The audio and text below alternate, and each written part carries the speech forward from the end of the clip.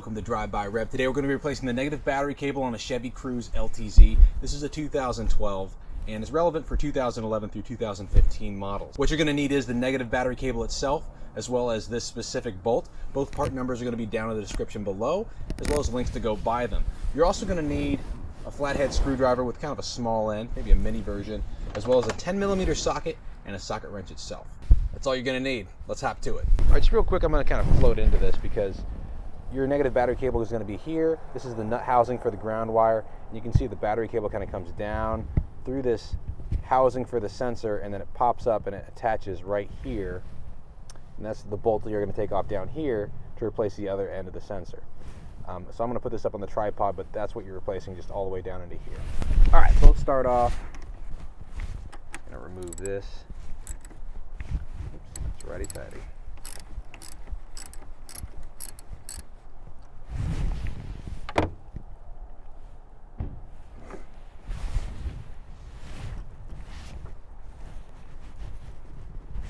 Oh boy, we should have done that first.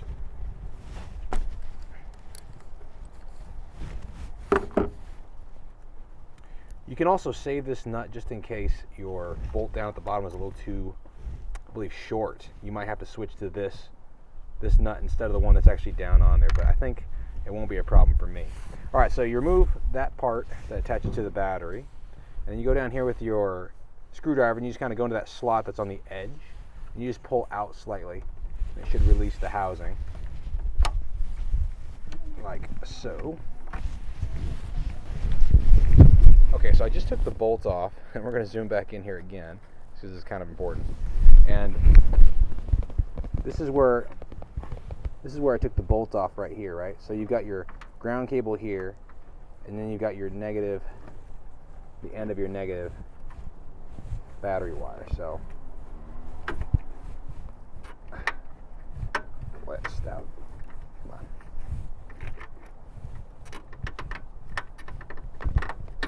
Whew. So you just remove that off of there, and now your negative battery wire is disconnected. Now I just kind of slipped out the negative battery wire from the housing, but technically in the manual they say you're supposed to take this plug off if you want to, but it's not bugging me, so I just go ahead and left it on for the new cable. We're going to take our new cable. Let's see, what was the shape? It's in like this S shape, so we might as well copy that. Kind of bend it down and back like so.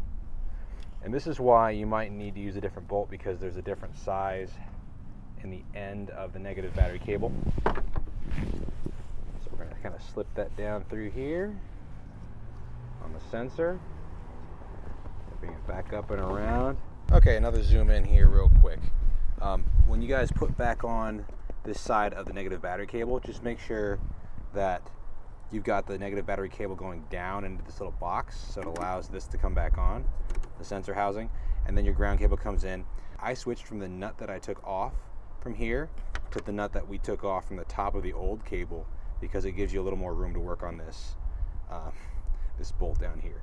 And we're going to take the sensor housing, we're going to push that down till it clicks. It's in there now. I never disconnected the actual plug to the sensor, so we don't have to worry about that. Okay, we're going to put this, I had the bolt on there just so I didn't lose it, but here's the bolt part number that's in the description down below. I'm going to put that there instead of the nut. Let me get the thread started here.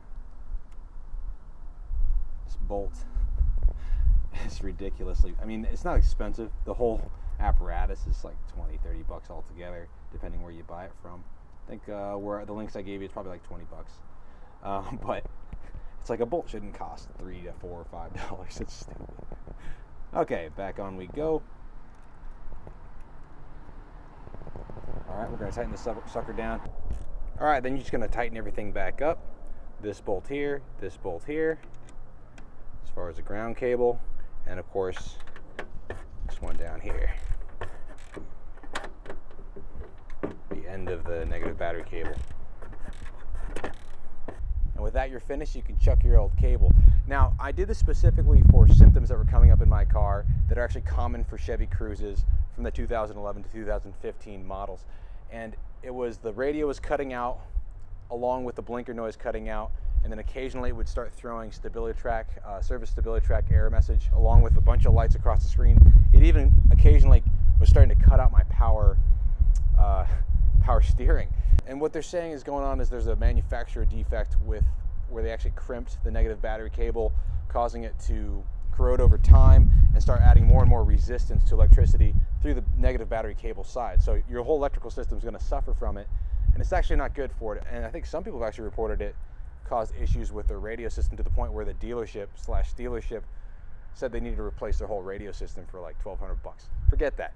Replace the battery cable, because this is a piece of garbage apparently that doesn't last that long. Even as early as 30,000 miles, people are reporting problems. But it's an easy fix that you can do. If you're under, I'll put this down in the link below as well. There's a GM posting on their own website, on the GM website, that's specifically about this issue, and they will replace it for free at a dealership, not under a recall code, but under that specific posting if you bring it up. And it kind of is hit or miss on your VIN number. Even if you're eligible, they may say you're not eligible. Classic dealership nonsense. But if you're under 120,000 miles or 10 years, you're eligible. Of course, I drive like crazy, so I'm over that mileage, so I have to do it myself. But honestly, some of the stuff is kind of fun to figure out and know exactly what's going on inside your car. And this is probably one of the easiest things to do, despite the little finicking you have to do down at the back end of the negative battery cable with your fingers. But beyond that, it's literally a couple nuts, bolt, take one off, put one on. Just make sure you're not, doing this in pouring rain or something. All right, guys, thanks for tuning in to Drive By Rev. Hope you're taking care of your cars out there, and I'll see you next time. Chevy. I think your cable's the last, guys. Ridiculous.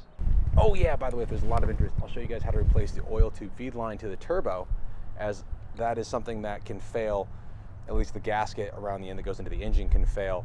And also apparently the tube itself can start to fail, and it will destroy your turbo if it does fail, right? So it's something that supposedly is it's something that's a good idea to replace relatively early on in your mileage.